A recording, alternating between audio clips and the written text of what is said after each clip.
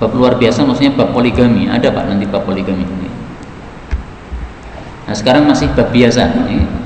Kita lanjutkan hadis 1058. Qala al-muallif rahimahullahu ta'ala wa nafa'ana bihi wa bi'ulumihi fid dharain amin. Wa an rajulin, dan dari seorang laki-laki min ashabin nabiyyi sallallahu alaihi wasallam, dari sahabat Nabi. Enggak disebutkan siapa tapi enggak ada masalah karena semua sahabat Nabi itu adalah orang-orang yang adil, yang fiqh. Qala, dia mengatakan, idza ijtama'a, apabila berkumpul da'iyani, dua orang yang mengundang, undangan walimah, fa'ajib, maka ijabailah, datangilah, aqrabahuma baban, yang paling dekat di antara keduanya akan pintu rumahnya. Fa'in, tetapi jika sabaqa, mendahului, ahaduhuma, salah satu dari keduanya mendahului dalam menyampaikan undangan, fa'ajib, maka datangilah alladzi sabaqa, yang sudah lebih dahulu mengundang. Hadis diriwayatkan oleh Abu Dawud dan sanadnya dhaif. Hadis ini dhaif tetapi isinya bagus. Isinya adalah keadilan. Ada dua orang mengundang kita, sama-sama undangannya besok hari Jumat, sama-sama jamnya jam 10 atau jam 9, undangan walimah. Nah, maka yang harus kita datangi adalah yang lebih dahulu menyampaikan undangan. Siapa? Yang satu menyampaikan undangan tanggal 1, yang satu menyampaikan undangan tanggal 2. Nah, berarti yang kita datangi yang menyampaikan undangan tanggal 1. Bagaimana kalau yang mengirimkan undangan itu juga bareng? Pintu rumah kita dibel orang, kita keluar ternyata ada dua orang sama-sama menyampaikan undangan. Setelah kita buka, undangannya sama, jam 9 hari Jumat. Makan-makannya jam 9 sampai jam 10 hari Jumat. Habis itu setelah makan-makan langsung di masjid duduk melanjutkan untuk ibadah Jumat misalnya. Nah, maka dalam kondisi seperti itu beliau mengatakan ajib aqrabahuma baban, yang didatangi adalah yang paling dekat pintu rumahnya dengan rumah kita. Yang satu jaraknya 1 kilo, yang satu 2 kilo. Nah, berarti yang kita datangi yang 1 kilo. Tetapi kalau waktunya tidak sama, maka hendaklah kita datangi dua-duanya. Yang satu undangannya hari Jumat pagi, yang satu undangannya hari Jumat sore. Nah, berarti dua-duanya bisa kita lakukan, nggak ada masalah. Pagi sore dua waktu yang berbeda. Itu berarti tidak kumpul. Ini yang dibahas adalah idza ijtama', apabila kumpul. Kumpul itu bareng waktunya. Nah, kalau bareng waktunya maka yang didatangi adalah yang paling dekat. Jadi sekali lagi ini hadisnya adalah dhaif, bahkan ini bukan sabda Nabi, ini perkataan seorang sahabat Nabi, tetapi isinya bagus, boleh kita pakai, nggak ada masalah karena isinya keadilan. 1059. Wa an Abi Juhayfah radhiyallahu anhu qala Rasulullah sallallahu alaihi wasallam, la akulu, saya tidak makan, muttaqian, dengan bersandar. Hadis diriwayatkan oleh Al-Imam Al-Bukhari. Hadis ini menunjukkan bahwasanya makan yang bagus adalah yang tidak bersandar, tidak sampai haram. Karena di sini Nabi tidak mengatakan jangan makan bersandar, tidak. Beliau hanya mengatakan saya tidak makan bersandar. Berarti makan bersandar itu kurang baik, tetapi nggak apa-apa karena Nabi tidak melarang. Nah, bersandar itu bagaimana?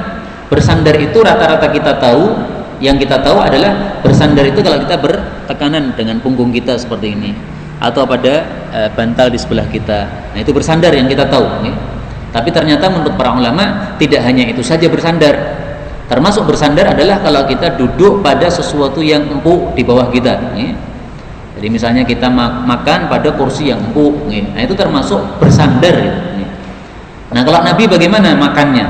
Nabi tidak pakai kursi empuk, enggak. Nabi Shallallahu Alaihi Wasallam biasanya kalau makan itu alal ardi. Karena Rasulullah Sallallahu Alaihi Wasallam yajlisu alal ardi, biasanya duduk di atas tanah lesehan. Wa ya'kulu alal ardi, makannya juga lesehan. Wa ya'taqilu syata, beliau sendiri yang memerah susu kambingnya. Wa yujibu da'watal mamluk, dan beliau mau mendatangi undangan budak, padahal hidangannya adalah ala khubzis syair, hanyalah roti dari gandum hidangannya, hidangan yang biasa. Ini hadis riwayat Tabarani, derajatnya adalah sahih. Jadi sunnahnya makan itu adalah dengan lesehan, tidak dengan bersandar. Karena itu kalau di satu warung makan ada lesehan, ada kursi, itu lebih bagusnya kita pilih yang apa? Lesehan. Meskipun kalau kita pilih yang kursi juga nggak apa-apa. Nabi tidak melarang. Tapi sekali lagi, yang dipilih oleh Nabi berarti itu yang lebih afdol, yang lebih utama. Tapi karena Nabi tidak melarang, berarti ini hukumnya adalah boleh. Kenapa Nabi SAW tidak mau makan dengan bersandar? Karena makan dengan bersandar itu biasanya adalah adabnya orang-orang yang suka makan banyak, bersandar, sehingga perutnya terbuka gini, sehingga mau makan 2 piring bisa, karena molor perutnya. Kalau Nabi makannya itu agak membungkuk begini, sehingga perutnya terbatas. Maka makannya tidak begitu banyak Nabi SAW. Inilah Nabi, berbeda dengan kita. Perbedaan kita dengan Nabi itu banyak apa sedikit apa? Sedikit nggak? Nabi sedikit makan, kita sedikit-sedikit makan, apa nih? Nah itu berarti banyak nih. Nabi sedikit tidur, tapi kita sedikit-sedikit tidur. Pengajian nggak tidur. Nah itu sedikit-sedikit tidur nih. Emang perbedaan kita dengan Nabi jauh. Tapi nggak ada masalah. Yang penting kita cinta kepada Nabi SAW. Kalau bisa kita melakukan apa yang dilakukan oleh Nabi, makan di lesehan, tidak usah pakai sandaran, nah, maka itu lebih bagus. 1060 wa an Umar bin Abi Salamah radhiyallahu anhu qala.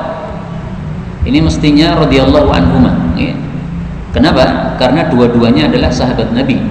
Umar ini sahabat Nabi, sementara Abu Salamah ini juga sahabat Nabi sallallahu alaihi wasallam yang dia mati sebelum Nabi wafat.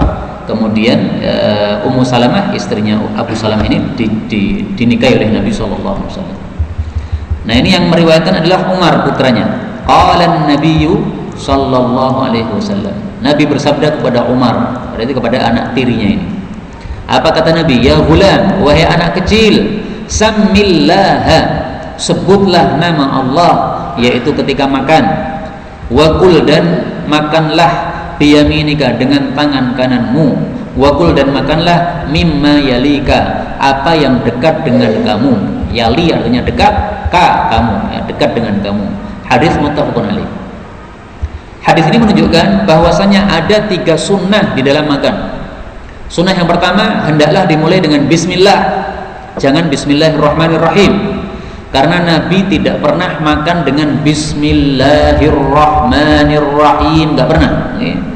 Bagaimana kalau Nabi makan? Mari kita lihat hadisnya. Karena adalah Nabi idza qurriba ilaihi ta'am, apabila didekatkan kepada Nabi makanan, qala, beliau mengucapkan bismillah, titik. Enggak ada tambahan ar-rahmanir-rahim.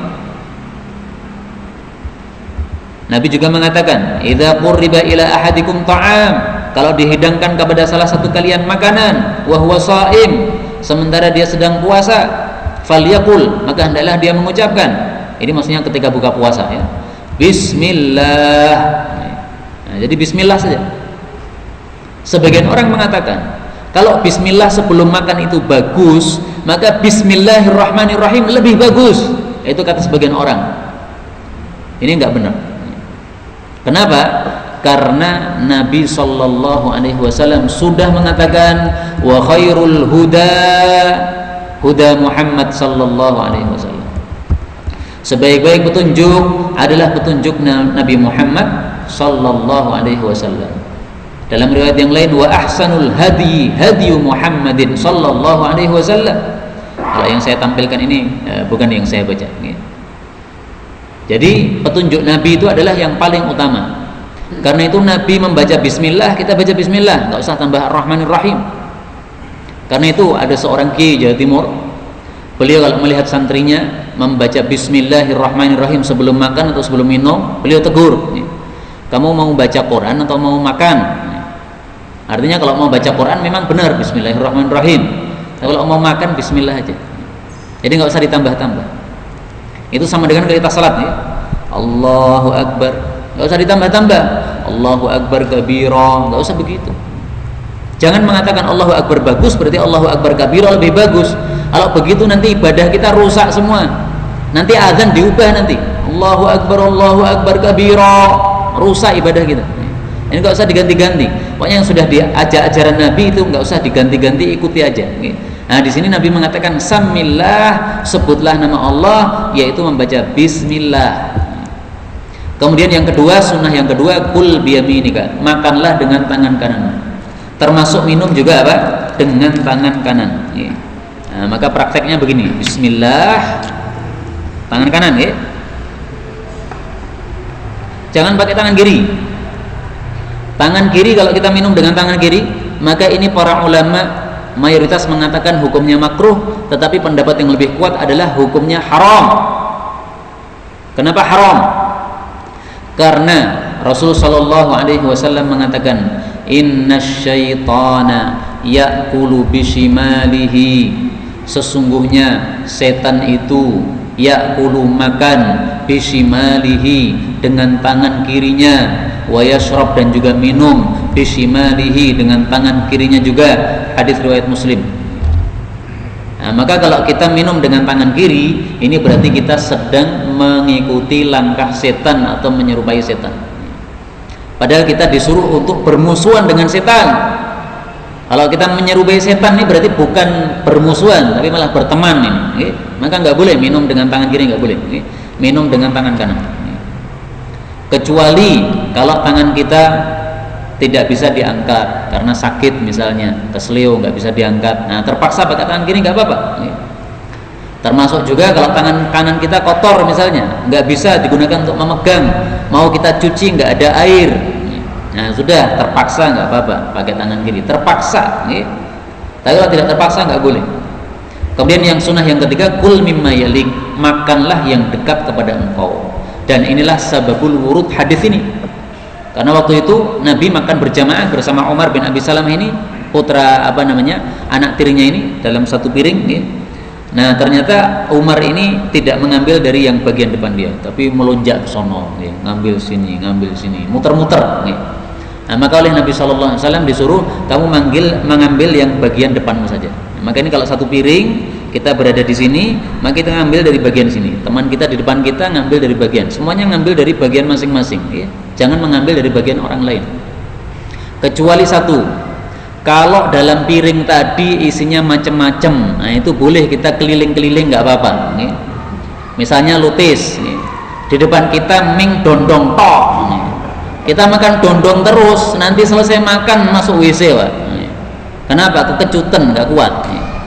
Sementara di depan teman kita itu nangka atau durian, enak dia makan terus. Nah, maka kita boleh keliling-keliling kalau isinya apa? Bermacam-macam. Nah, ini karena Umar bin Abi Salam ini makan dengan Nabi padahal isinya satu macam, kemudian tangannya keliling-keliling, nah, maka ditegur oleh Nabi Shallallahu Alaihi Wasallam. 1061 wa an Ibnu Abbas radhiyallahu anhuma anna Nabiyya sallallahu alaihi wasallam utiya, didatangkan bi qas'atin, satu wadah makanan. Qas'ah itu adalah wadah yang besar, min tharid, isinya tharid. Tharid itu adalah roti yang sudah diremuk. Faqala, lalu Nabi mengatakan, kulu, makanlah, min jawanibiha, dari samping-sampingnya, wala ta'kulu, dan janganlah kalian makan min wasatiha, dari bagian tengahnya. Kenapa? Fa innal barakah, karena sesungguhnya berkah itu tanzilu, turun, min wasatiha, dari bagian tengahnya makanan. Hadis diriwayatkan oleh Imam 4 dan ini adalah lafal Imam Nasai dan sanadnya sahih. Jadi adab makan berjamaah adalah makan dari tepi, karena berkahnya turun di tengah. Artinya kalau kita langsung makan tengah, itu berkahnya nggak turun. Berkah hanya turun apabila kita makan dari samping-samping, maka berkahnya turun di tengah. Nah, karena berkahnya turun di tengah, nanti semuanya akan dapat. Karena dari samping lama-lama akan ke tengah. Tapi kalau kita langsung melonjak makan dari tengah, maka berkah nggak jadi turun, batal turun. Sebagaimana dijelaskan oleh sebagian para ulama seperti itu maksudnya. Kemudian di sini Nabi mengatakan kulu min jawanibiha, makanlah kalian dari bagian tepi. Dan ini Nabi tidak mengatakan ini hukum khusus untuk makan berjamaah, enggak. Karena itu makan sendirian pun adabnya juga tetap dari tepi. Dari tepi kemudian terus sampai habis. Jangan langsung di tengahnya kita sendok begitu. Apalagi roti yang bunder, jangan sampai makannya langsung dari tengah. Makanya dari tepi, sedikit-sedikit begitu. Jangan seperti anak kecil.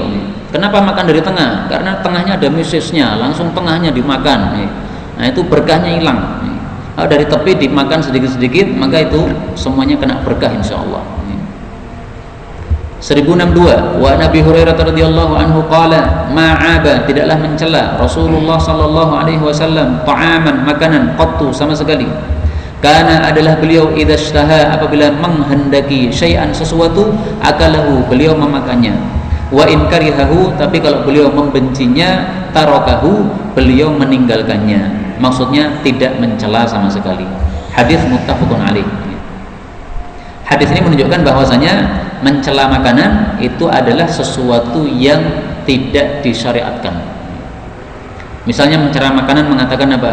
Wah ini kasinan banget ini. Nah itu mencela makanan. Atau mencela makanan yang bentuknya tidak sempurna, misalnya pelem bentuknya lemon. Yang membentuk pelem atau mangga itu siapa? Itu Allah. Kalau kita mencela seperti itu sama dengan kita mencela Allah. Maka tidak boleh kita mencela makanan, karena sama dengan mencela pencipta makanan. Para ulama berselisih pendapat bagaimana kalau mencela makanan tetapi itu karena salahnya si pembuat makan. Boleh enggak? Misalnya terlalu banyak pakai garamnya atau terlalu banyak ngasih gulanya. Nah ini baru diperselisihkan oleh para ulama. Karena sebenarnya kita mencelanya itu bukan mencela makanannya, tapi mencela pembuatnya. Yaitu pembuatnya ini kurang cerdas, masak satu gelas gulanya 2 sendok, ini terlalu banyak. Maka mencela kepada perbuatannya memberi apa gula tadi. Nah ini diperselisihkan oleh para ulama. Karena itu menurut saya, karena diperselisihkan oleh para ulama, paling bagus kita mengambil jalur yang aman. Jalur yang aman bagaimana? Tidak usah kata-kata mencela. Kita pakai kata-kata yang halus saja. Misalnya kita bicara kepada istri kita, ini besok lagi kalau nasi gula dikurangi. Nah ini berarti aman dari celaan.